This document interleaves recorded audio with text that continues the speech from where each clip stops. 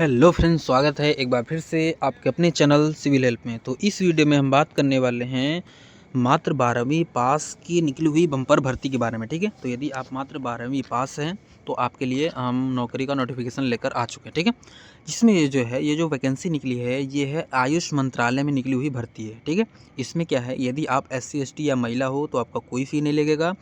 उससे भी अच्छी बात है कि ये एक केंद्र सरकार की नौकरी है, मात्र कुछ दिन शेष है, आप जल्दी से अप्लाई कर लेना। ठीक है, तो कौन सी वैकेंसी है इसके बारे में पूरा डिटेल हम बात करेंगे। ठीक है, इंपॉर्टेंट डेट से लेकर इसका सिलेबस क्या है, कैसे अप्लाई करना है, सारा सिलेक्शन प्रोसेस क्या होगा, सब कुछ डिटेल में इस वीडियो में हम समझेंगे। ठीक है, वीडियो स्टार्ट करें उससे पहले बता दें कि भाई अपने इस चैनल के माध्यम से हम लेटेस्ट जॉब का डेली नोटिफिकेशन आप तक पहुँचाते हैं, तो कोई वीडियो आपसे मिस ना हो, चैनल को सब्सक्राइब कर लीजिए और जुड़ जाइए हमसे। ठीक है, इसके बारे में देखिए पूरा डिटेल में जानने के लिए सबसे पहले आपको सिविल हेल्प की इस ऑफिशियल साइट पर आना पड़ेगा। इसका लिंक हम आपको डिस्क्रिप्शन में दे देंगे। जब आप यहाँ पर आओगे तो इसके बारे में हम सबसे पहले थोड़ा सा ओवरव्यू पढ़ेंगे। ओवरव्यू पढ़ने के बाद हम इसका ऑफिशियल नोटिफिकेशन डाउनलोड करेंगे, उसको अच्छे से पढ़ेंगे, अपने सभी डाउट को ऑफिशियल नोटिफिकेशन से हम उसे क्लियर करेंगे। ठीक है, लास्ट में आप अप्लाई कैसे करना है सब कुछ आप इस वीडियो में सब कुछ समझ पाओगे। ठीक है, जैसे ये देखिए, ये जो वैकेंसी है इसका नाम क्या है, CCRH group A B and C recruitment 2025। ठीक है, अभी क्या है सब कुछ आपको धीरे धीरे समझ में आ जाएगा।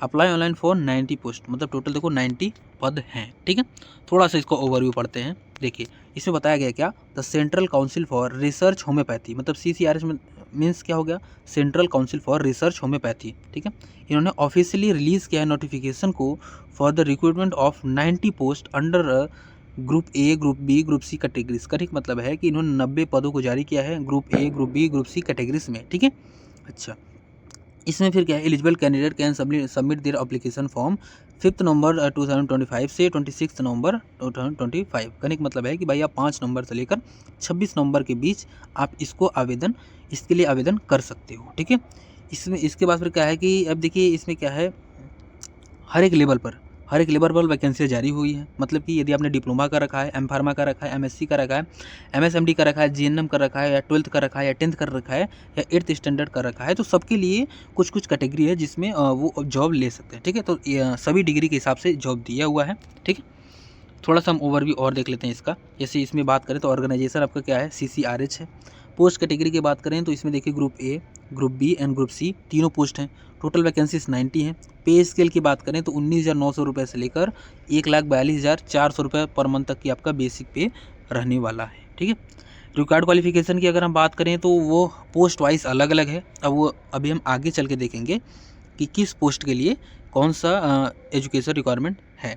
जैसे अगर हम बात करें, अभी आपके पास डिप्लोमा है, या LIB है, 12th है, 10th है, GNM है, 8th है, एम फार्मा है, MSc है, MSMD है, DMLT है, तो इसके लिए बहुत सारे पोस्ट हैं। अब किस पोस्ट के लिए क्या आवेदन करना है, कौन आवेदन कर सकता है, वो अभी हम आगे देखते हैं। ठीक है, एज लिमिट की अगर बात करें तो 18 से 40 साल तक एज लिमिट दिया है। एप्लीकेशन स्टार्टिंग डेट 5 नवंबर, लास्ट डेट है 26 नवंबर 2025। ठीक है, इससे पहले आपको अप्लाई कर लेना है। अब देखिए, अब वैकेंसी डिस्ट्रीब्यूशन देख लेते हैं क्या, यदि आप देखो रिसर्च ऑफिसर बनना चाहते हो होम्योपैथी के लिए तो ग्रुप A की ये वैकेंसी है, जिसमें आप 12 वैकेंसी से टोटल। यदि आप रिसर्च ऑफिसर बनना चाहते हो तो आपको ग्रुप A में 1 वैकेंसी है। ठीक है, तो अब देख लेना ग्रुप वाइज, देखो सारा सब कुछ दिया हुआ है किसमें कितनी वैकेंसियाँ हैं। ठीक है, इसके बाद देखो जब नीचे आओगे तो ग्रुप C में भी देखो वैकेंसी सब कुछ दिया हुआ है। ठीक है, जैसे जूनियर स्टेनोग्राफर होगा, ग्रुप C है, 3 पोस्ट है। तो अभी आगे हम चल के देखेंगे कि ग्रुप A के लिए क्या एलिजिबिलिटी कंडीशन है, B के लिए क्या है, C के लिए क्या है। ठीक है, एलिजिबिलिटी क्राइटेरिया में मैंने आपको पहले बता दिया कि भाई वो हर एक पोस्ट के अनुसार अलग अलग है। अब किस पोस्ट के लिए क्या है वो हम आपको ऑफिशियल नोटिफिकेशन में भी दिखाते हैं। एज रिलैक्सेशन की अगर हम बात करें तो यदि आप रिसर्च ऑफिसर पोस्ट के लिए आवेदन करना चाहते हो तो मिनिमम 40 साल आपका एज होना चाहिए।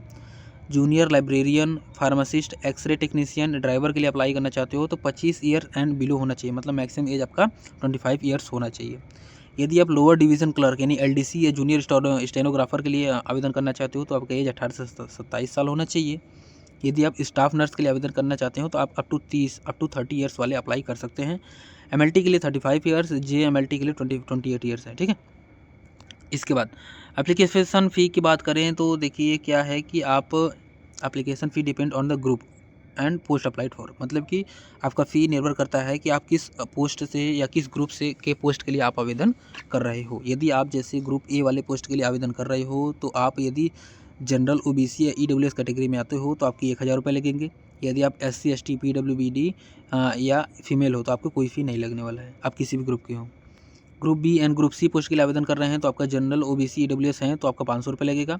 SC ST फीमेल हैं तो आपका कोई फ़ी नहीं लगने वाला है। इंपॉर्टेंट डेट्स के बारे में मैं आपसे पहले ही बात कर चुका हूँ, ठीक है। सिलेक्शन प्रोसेस की अगर हम बात करें तो देखिए इसमें वही बताया गया क्या, recruitment process for group B and group C roles will primary consist of online CBT based test. करने का मतलब है कि देखिए आप यदि ग्रुप बी और ग्रुप सी से आवेदन करना चाहते हो तो आपका एक कंप्यूटर बेस्ड टेस्ट होगा, ठीक है, 100 मार्क्स का होगा, ठीक है।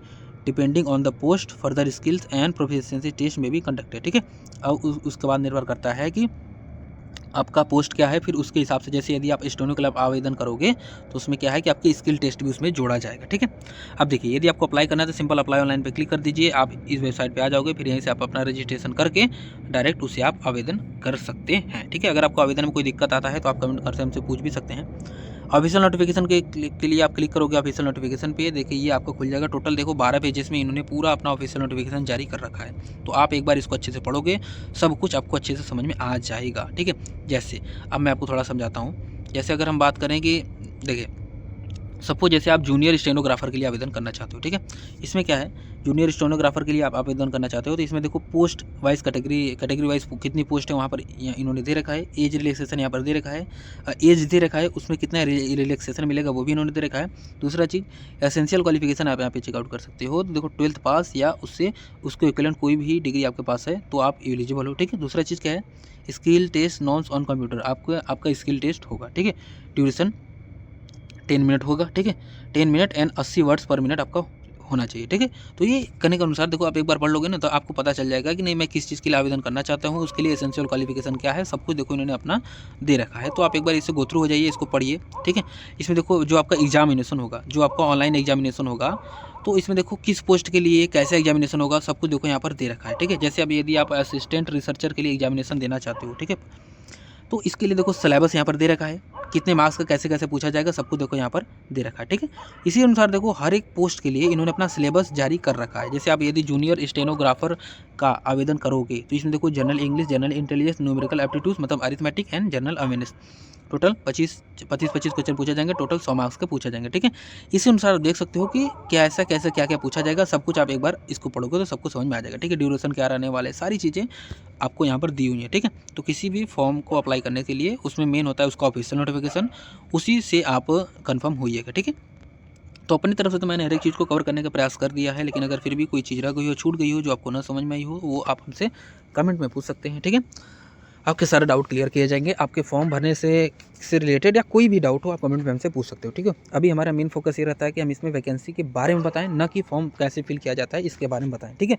हम वो भी वीडियो ला सकते हैं, लेकिन वो निर्भर करता है आपके डिमांड पे, ठीक है।